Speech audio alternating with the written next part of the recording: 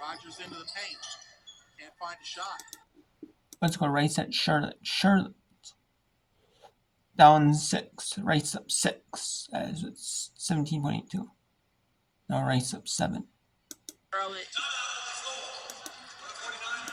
Niners will take a timeout.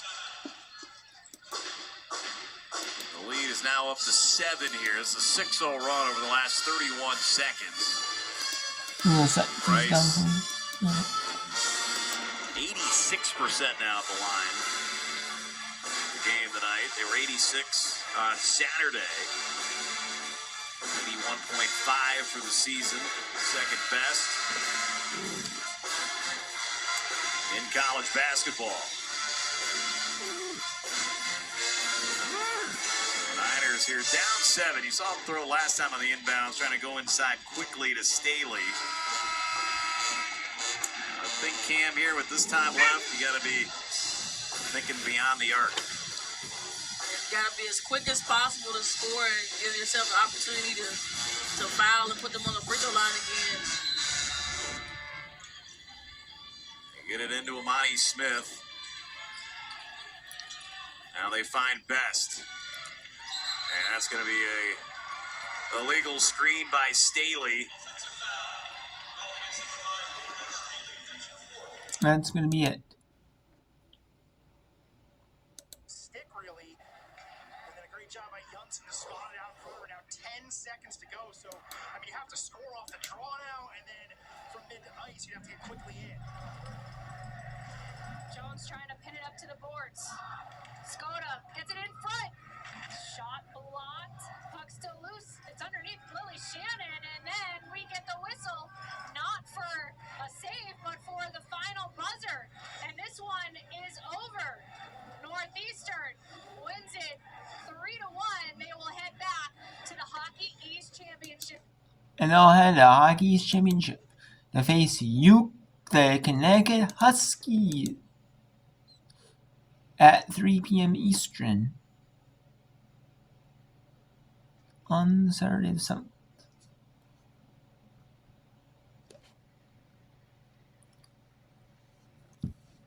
So, then we have the new Haas Semis tomorrow. The New England Women's Hockey Association Semis tomorrow. And you. So let's go to Temple. Should we go to Temple stuff, or should I bring in Queens at North Alabama? I'll bring in Queens at North Alabama. Since Sweat TV's done. Let me see though. Sweat TV at sweat.org is back. Okay, TV at sweat.org is back up.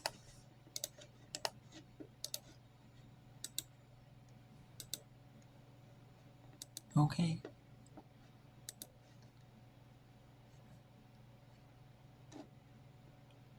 Let's actually take on North Texas at Norwich State.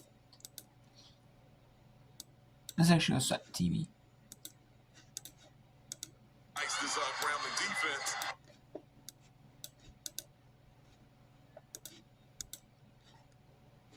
So Grambling at Alabama. They want to go inside to Kariah Beck.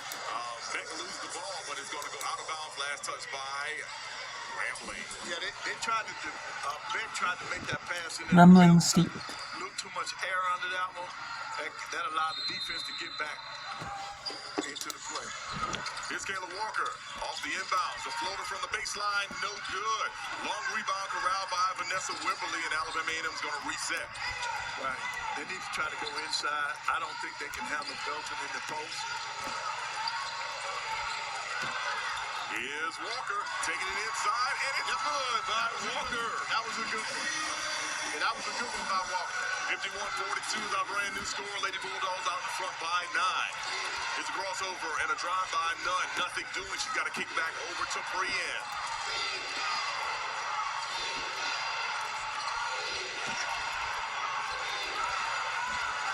Here's a drive inside. Shot up. No good. Good defense right there by Jada Belton. Belton coming down with a huge rebound for Alabama A&M.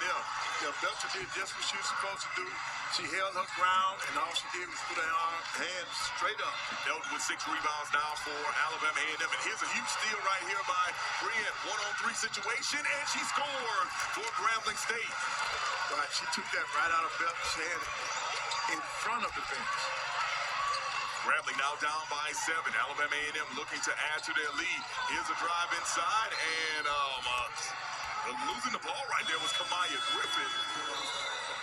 They said the ball will stay with Alabama A&M. Griffin was looking for some sort of foul, saying I got contacted, but no whistle was done right there underneath the basket. It will remain with Alabama A&M. As you see head coach Courtney Simmons looking on. Yeah, well, at least they retained the possession.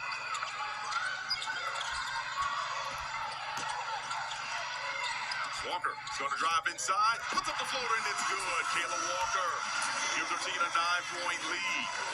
Seems like every time Alabama A&M needs a big basket, it's Miss Walker that's coming up with it. All right, Brian, now for Grambling State.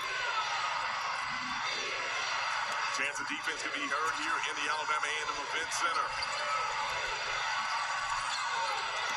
Here's a nice dish inside, and the bucket no good, but going to the free throw line will be Zaria Johnson of Grambling State University. Yep. And that's Belton. Yeah, they're going to get Belton on that foul, so that'll be her 4th. That'll be her 4th personal foul, so Belton and Bill both will have 4 fouls. Keep that in mind as we go down this last 4 minutes and 28 seconds. Johnson's going to be at the free throw line now for Grambling State University. She is a 70% free throw shooter. Looks like they got some moisture over there on the floor that they're trying to get up. Never a bad idea to go ahead, get the squeegee out. Yep, you don't want to get anybody hurt on a wet floor. Let's go to the Mississippi State Devilettes. The Devils. And they have the Alcorn State Lady Braves. They always have the feminine names.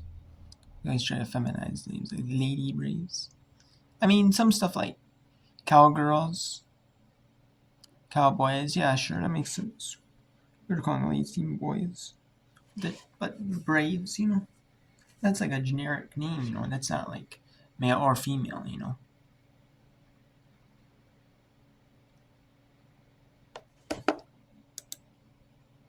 Or Tigers, Grambling State Tigers. Tigers is not male or female name. There's male Tigers, there's female Tigers. Cheatham whisks away that rebound on the counterattack, and she throws the basketball away.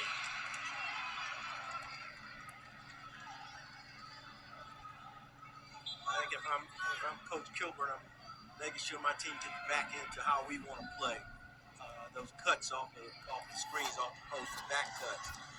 Right now, they're trying to create a little bit more off the bounce themselves and getting in a little bit of trouble with that. 4 minutes to go in the 4th stanza. McCullers with it. Stop and go dribble. She'll pull up from 15 feet away. Nothing doing. Claytor comes away with the rebound. Claytor already with 4 3-point baskets. She hasn't attempted one in a while, Coach. Yeah, they've done a better job on her, I think. Really paying a lot of attention to her. She's got the basketball now. She's in her range right now, so you better get to her. Driving. Henderson, left hand, good! Key Henderson. Well done. Great drive, nice job, nice attack. Slick past the defender and got that thing down. Alcorn State with a 6-point lead now. Ooh, losing her footing, unfortunately, was Smith. And on the counterattack and scoring that basket, they gave that to number 10, Delaysia Hurt-Floyd. Nelson's misfires. Offensive rebound. Smith goes and gathers it again. Puts it up, but she's fouled. Boy, got to give credit to Desiree Smith, who has been laboring this game after getting hit in the stomach early in the contest. Watch her battle down low here, Coach. She's a tough, hard-nosed player. That's one of those that Coach James was talking about, that he felt like they had a chance with her and Lewis to kind of dominate down in that post. And they've done a good job with it. Just, again, you got to capitalize on these free throw opportunities. You're inside of 3 minutes now, and this is the ball game. Smith's second on the team in rebounding, but she's shooting only 48% from the free throw line. That one also does not find the bottom of the basket and remains an 8-point game. Alcorn State with the lead and the basketball. Cheatham with that rebound. She's ever present. There she is, an opening. Will she shoot this? Ooh, Jefferson went up at the apex, but Henderson is going to get fouled, and she's going to step to the free throw line for a couple of free throws. That's a tough call right there.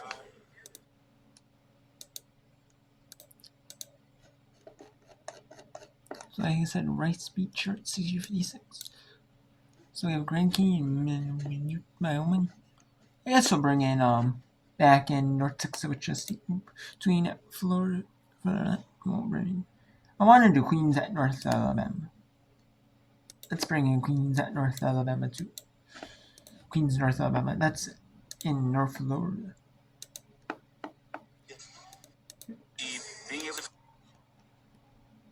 We're playing hosting games at North Florida, hosting games at Jacksonville. You just don't want games like Jacksonville, North Florida have a home advantage because they both play in Jacksonville. So you don't want to have like the home court, so they'll play them at another court. But we'll still travel the other, it's kind of like a home thing with the cheerleaders. Yeah,